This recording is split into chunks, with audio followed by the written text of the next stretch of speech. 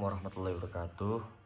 Perkenalkan, nama saya Dimas Pangestu dengan NIM 0701222077 dari kelas Ilmu Komputer 1 Stambuk 2022. Dibuatnya video ini untuk memenuhi tugas mata kuliah Arsikom dengan dosen pengampu Bu Sriani. Langsung saja masuk ke materi yang pertama, yaitu arsitektur dan organisasi komputer. Apa itu arsitektur dan organisasi komputer? Nah, arsitektur dan organisasi komputer adalah dua konsep penting dalam dunia komputasi yang saling terikat atau terkait. Arsitektur komputer merujuk pada struktur fisik dan logis dari sebuah sistem komputer, termasuk elemen-elemen, perangkat keras dan perangkat lunaknya. Organisasi komputer mengacu pada cara elemen-elemen tersebut disusun dan diatur agar dapat bekerja sama secara efisien. Nah, adapun komponen-komponen utama dari arsitektur dan organisasi komputer, yaitu yang pertama ada Central Processing Unit atau yang biasa kita sebut CPU. CPU merupakan otak dari komputer yang bertanggung jawab atas pemrosesan data.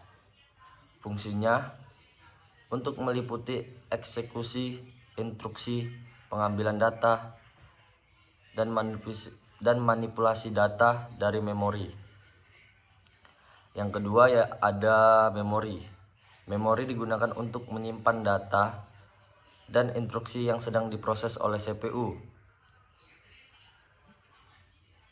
Memori terbagi menjadi dua jenis utama, yaitu RAM atau Random Access Memory yang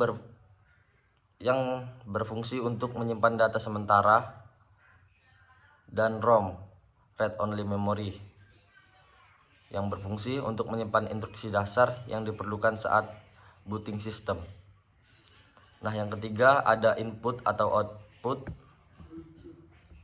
merupakan perangkat yang digunakan untuk berkomunikasi dengan dunia luar. Contohnya termasuk keyboard, mouse, monitor, printer, dan perangkat penyimpanan internal atau eksternal. Maksudnya penyimpanan eksternal seperti hard drive dan USB drive. Fungsi utamanya adalah untuk memasukkan data dalam sistem atau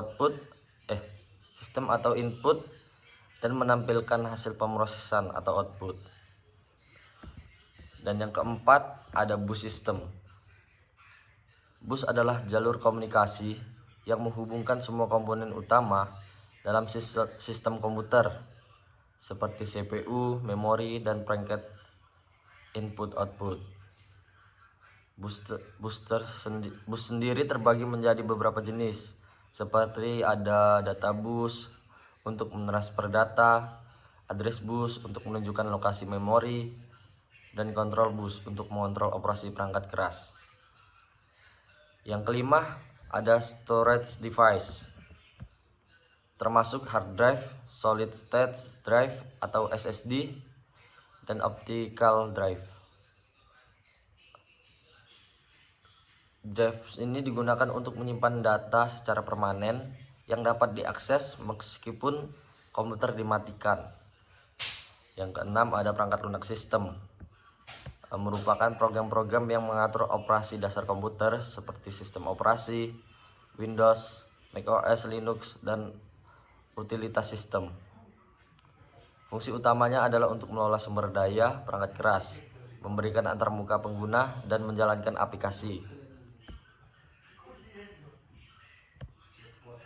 Yang ketujuh ada instruksi dan bahasa mesin. Instruksi adalah perintah-perintah yang diberikan kepada CPU untuk menjalankan tugas tertentu. Bahasa mesin adalah representasi biner dari instruksi-instruksi tersebut yang dapat dipahami dan dieksekusi oleh CPU. Bahasa mesin adalah representasi biner dari instruksi-instruksi tersebut yang dapat dipahami dan dieksekusi oleh CPU. Dan yang ke-8 ada cache memory. Cache adalah memori cepat yang digunakan untuk menyimpan data yang sering digunakan oleh CPU. Nah, tujuannya adalah untuk meningkatkan kecepatan akses data dengan menyimpan salinan data yang sering diakses di dekat CPU. Dan yang kesembilan, yang terakhir, ada register.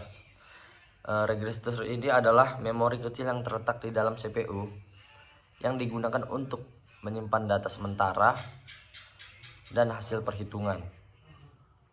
Register terbagi menjadi beberapa jenis seperti register umum, register penghitungan, dan register status. Arsitektur dan organisasi komputer sangat kompleks dan terus berkembang seiring waktu. Pemahamannya yang baik tentang konsep-konsep ini penting bagi para profesional IT dan pengembangan perangkat lunak untuk merancang dan memahami kinerja sistem komputer dengan lebih baik. Mungkin sekian saja tugas video yang saya buat. Semoga bermanfaat bagi siapa saja yang melihat. Saya akhiri, wabillahi taufiq wal hidayah. Wassalamualaikum warahmatullahi wabarakatuh.